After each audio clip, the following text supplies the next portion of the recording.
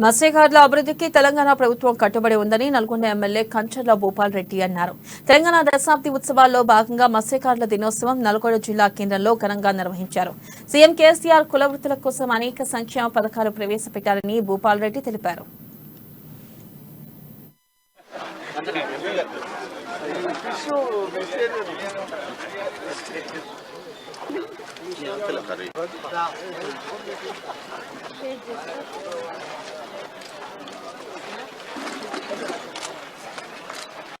చేపలు వచ్చినాయంటే ఊర్లే మొత్తం చేపలని ఎదురు చూసినటువంటి పరిస్థితి.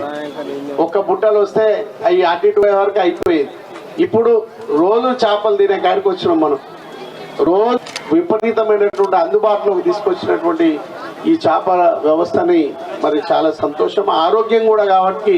ఎందుకంటే మాంసం తిన్నా ఉంటాయి, ఎండబెట్టిన చేపలు చాలా టేస్ట్ ఉంటాయి అవి. మరి మనమేమో అవి వాసనని ముక్కు మూసుకుంటాం, కానీ మరి అవి నిజంగా వండేటోళ్ళు వండితే చాలా టేస్టీగా ఉంటాయి, చాలా బాగుంటాయి. కాబట్టి చేపల్ని ప్రోత్సాహాన్ని ఇస్తున్నటువంటి ప్రతి అంశాన్ని కూడా మరి మత్స్యకారులు కానీ, ముదిరాజులు కానీ, గంగాపుత్రులు కానీ, ఇంకా వివిధ వర్గాలకు సంబంధించిన వాళ్ళందరూ కూడా ఆర్థికంగా ఎదిగి వాళ్ళు బాగుండాలని మనస్ఫూర్తిగా కోరుకుంటూ వచ్చినాయంటే ఊర్లే